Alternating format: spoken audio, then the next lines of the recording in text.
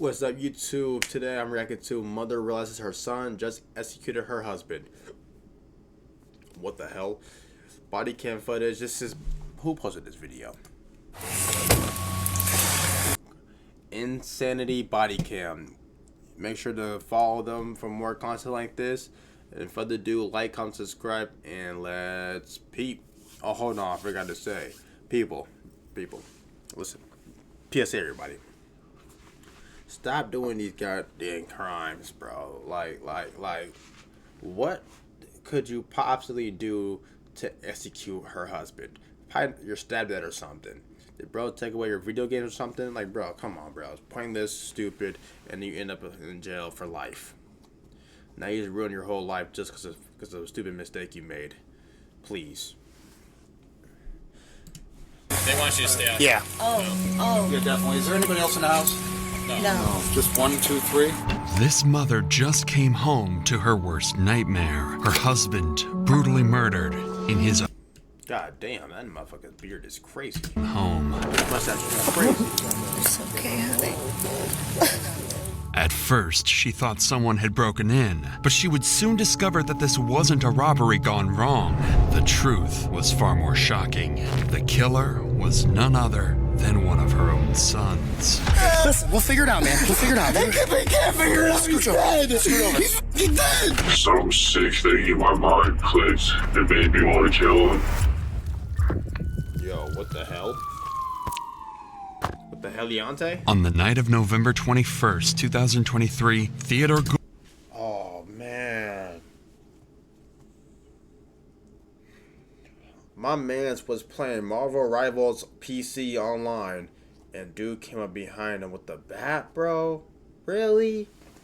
Julia was working at his desk in his home when he was suddenly struck from behind He probably was watching Bang Bros or something.com with a baseball bat. A powerful blow to the head sent Theodore to the floor, severely injured and disoriented. As Theodore lay defenseless, the attacker continued to strike him repeatedly in the head. In a final act of brutality, the assailant stabbed Theodore multiple times in the throat, leaving him to succumb to his horrific injuries. The following morning, police received a frantic call from Theodore's wife, who had just discovered her husband's lifeless body. Officers rushed to the scene, unaware of the horror awaiting Nah, actually rushed. The dude is sprinting. lifeless body. Officers rushed to the scene, Good cop, unaware of the horror awaiting them.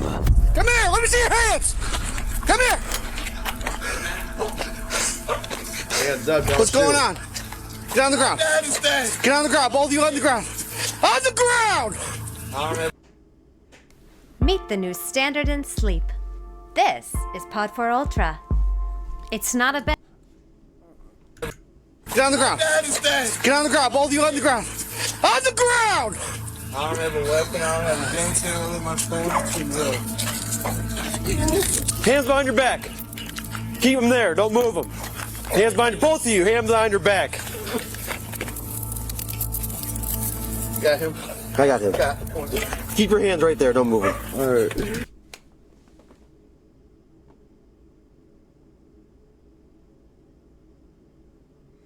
Hold on, they killed their own dad? What the fudge? You got him? Yeah. Come on, dude. Bring your hands up. What happened? My mom called me on my work saying my dad is dead. There's nothing on the wall. You fucking give me right.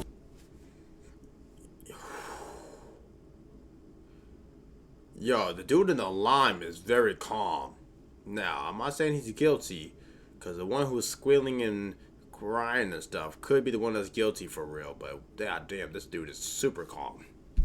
For someone who has lost their father, this dude is surprisingly calm. Okay. I got him secured over here. Where's he at? In the home, Theodore lay lifeless in a pool of his own blood, his face and body brutally deformed. Blood splattered in the hallways and floor, painting a scene of unmistakable violence. From the moment... Oh, okay, that's a little redness. I thought my eyes were tripping. I'm like, do I see pink or redness? they stepped inside, officers knew this was a ruthless homicide. Hey, RJ. I'm just going to advise you of your rights because I still don't know what happened. Wait, hold on. Why did they handcuff the sons?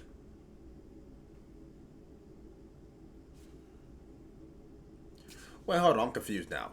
Why did they just pull up and then handcuff the sons, not the woman?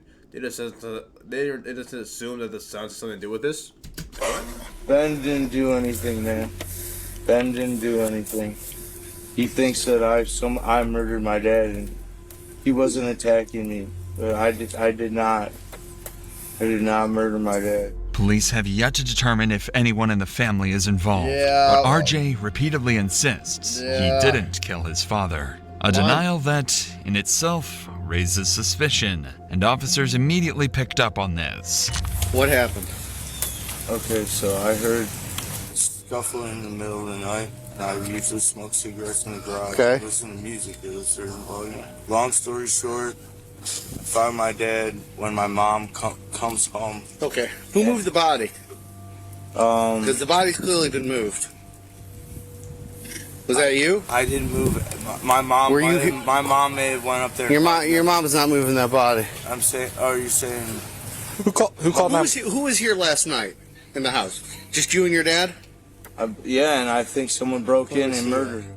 Something about RJ's story isn't adding up, and officers can feel it. He's not telling the whole truth. His account is riddled with inconsistencies, and his demeanor is far too calm, especially compared to his brother Ben, who is inconsolable. So you just coming from work? Okay.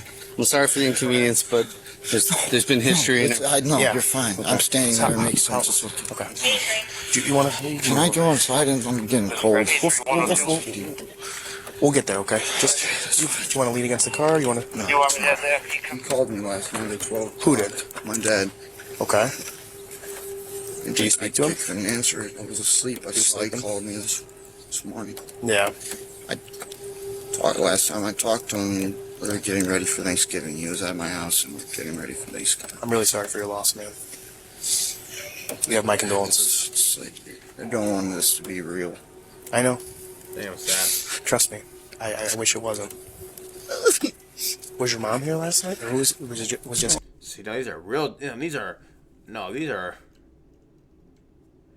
are real tears. This man actually is crying. Just him and your dad? Yes. Okay. Oh.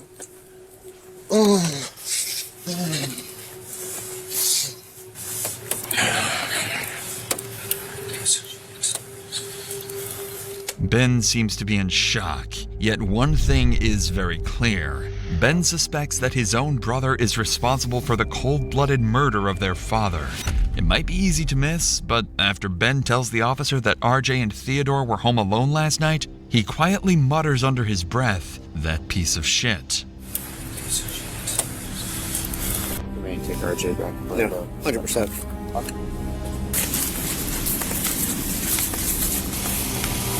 Step a little more. 115. Stand by a second.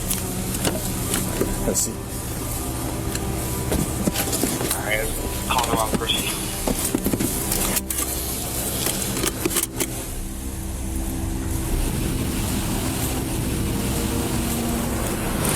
Guess what we got? He's dead. There's going to be no... So the only thing that you guys are going to do is basically confirm it's gunshot wound to the head. Pretty suspicious, pretty shady. What's going on? So we probably only needed the squad. The engine was probably clear, and then but I'm going to wait for the detectives to go up first Because we can't disturb the crime scene. Well, there's already been disturbance. Someone moved the body. Is it obvious that he's dead? Yeah, 100%. We know that. Yeah, he's been sitting there for a while. So This job is this job is crazy, especially paramedics. That job is crazy. They they just go around and seeing dead bodies every goddamn week. God dang, that's sad. Oh man, that job cannot be for the easy, bro. yeah, not yet. Good. He's clearly dead. Body's clearly been moved. I personally have never seen a dead body in my life. I've seen a dead rodent. That's the most thing I've ever seen. I'm gonna do up on that. Whatever happened in the fucking hallway. Body's in the bedroom. Mom says she found the body. RJ's in custody right there. Son and mom both say RJ was here with him alone. RJ claims, I briefly Mirandized him. I just said what happened. He says there was a scuffle last night. He thinks someone broke in the house and murdered his father. So, all right. That's where we're at. As some investigators work to process the scene and gather evidence, other officers continue piecing together a timeline based on each family member's account. And during this process, police would soon discover a critical piece of evidence that would immediately raise serious doubts about one of the son's versions of events. But before we continue, it's worth noting walking in free docs only if I just got a quick timeline from her. Okay. She went to her daughter Claire's yesterday in the morning. Stayed with her daughter all yesterday. Stayed at her daughter's last night. Came home at 10 o'clock this morning. I said, why'd you come home? Well, RJ called me, said he needed cigarettes. Yeah. I said, did he say anything happened? No. So I said, okay, so how did you find out when you got here? She's like, well, I first came here, went to my back bedroom, and then I went upstairs, and that's what I found. Yeah. I said, okay. And RJ, when you got here, RJ never said anything to you about what happened upstairs. I briefly talked to RJ. He said somebody broke in the house and murdered my dad.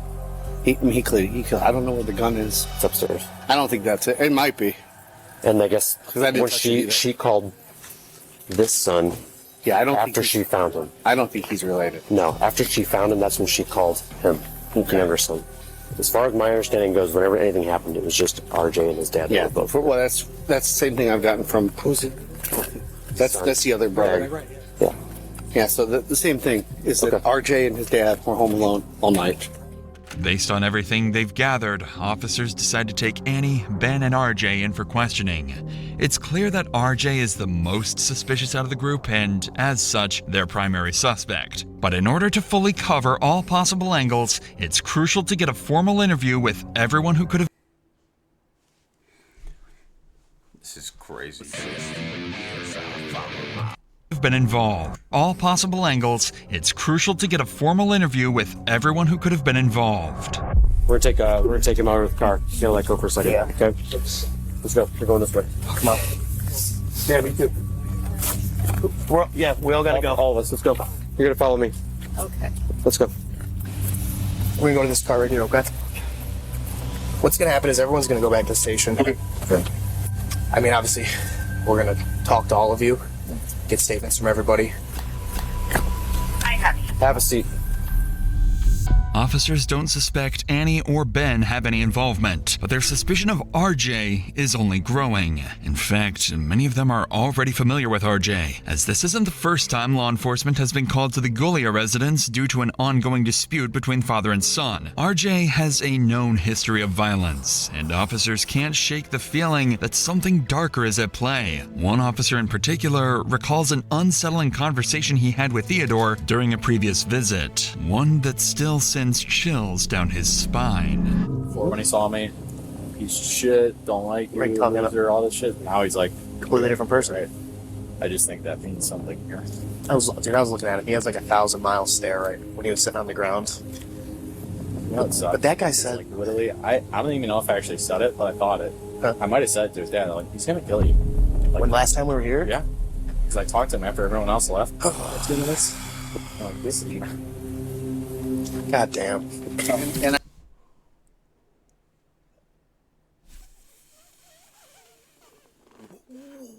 what?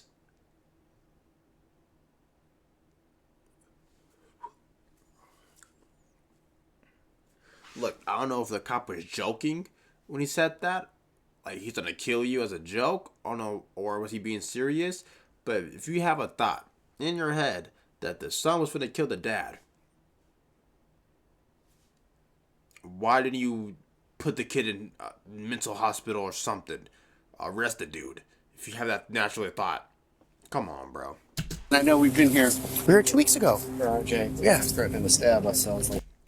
Threatening to stab the police. Yeah, I'm not that. No. He's out of jail. Oh my gosh. Data said the son in the green lime hoodie threatened the police 2 weeks ago that he was going to stab them and then let him out of jail. I'm not running past him. No way. Yeah. What do you see with him? I know RJ's going back to booking for sure. Okay. We're going to hold him for invest. until we figure Absolutely. out. Absolutely. Call it this homicide side. Right. Which I would heavily lean towards homicide. But Yeah. The way he was 2 weeks ago. Absolutely. 2 weeks earlier, officers had been called to the same house after reports claiming that RJ was acting aggressively and making threats towards his family. This incident further strengthened the officers' suspicion that RJ was the one responsible for Theodore's death. With this in mind, officers arrested RJ on suspicion of murder and brought him into the Solon police station for questioning. Their goal was clear: confront him, push for a confession, and uncover what might have driven him to murder his father. And what RJ would go on to reveal in that interview would become one of the most disturbing things the investigators had ever heard. Here, Robert. So, just like, This nigga's name is Robert.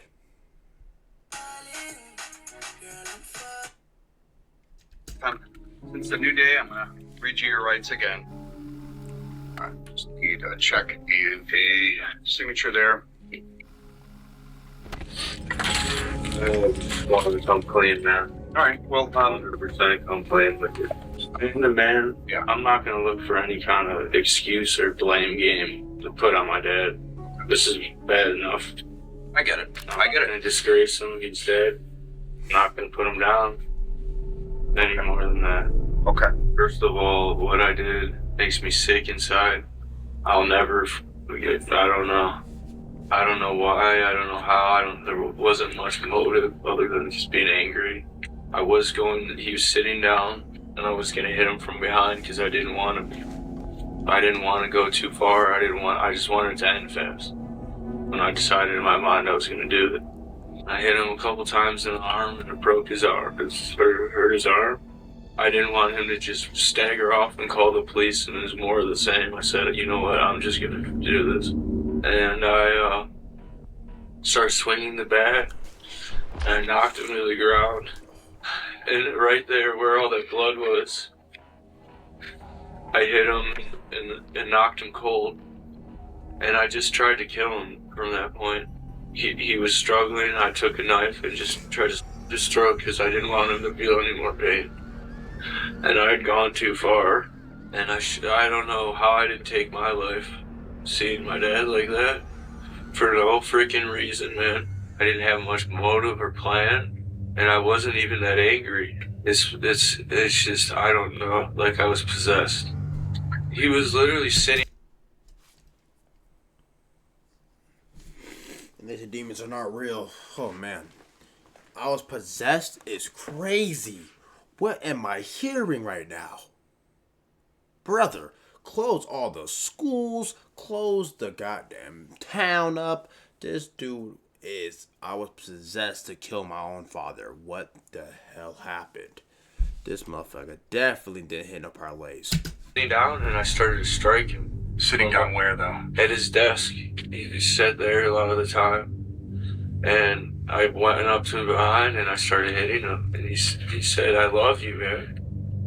And it was his arm was all smashed up. It was too much. So I said, you know what, I'll just finish it, get it over with. I'm not gonna let him suffer like that and call the police. And The strikes continue, then it ends here. Is that correct? I knock him out cold. Right. And I never killed anybody in my life. So I had no idea how hard it was to actually kill him. Okay. And like I said, I grabbed a knife from his desk. Stabbed him in the throat. Okay. And Trying to act blood. okay, and that was done out here. Let's see. I don't think you know how much this feels like the right thing to do. Man. It is the right thing to do. I love my dad the most. I tried the hardest to get along with him. He's a hard guy to get along with. I cared about him the most out of everybody. I just want you to know that. I believe that. Guitar. He loved playing guitar. I believe that, RJ. I don't doubt that one bit. That's what happened. I didn't do anything weird. I didn't take it too far. I just wanted it to end. You know, we can't go back in time. The best we can do is go forward and make the best out of from there on what you can control. You can't control what has been done. It's done. Let's move past that. Let's make better choices. Let's do the right thing from here moving forward. And that speaks to you and it speaks to your character, and I appreciate that. Just want to shake your hand and say thank you for giving me the opportunity to come clean. I know it's your Thanksgiving and everything, and this means a lot to me that you did that. Give this nigga the chair, bro. Just give this nigga the chair, bro. That's all I gotta say. Give him the chair, bro. Please give him the chair. What you said is 100% true.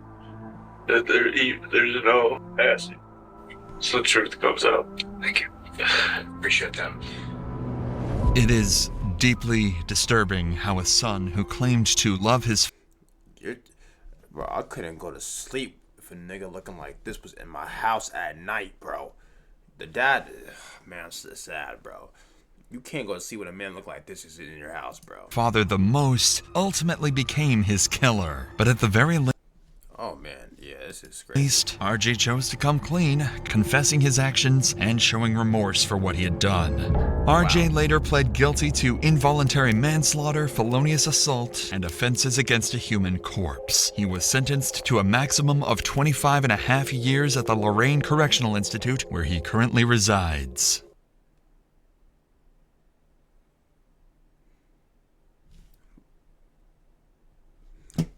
And he like 35? He come out when he's 50?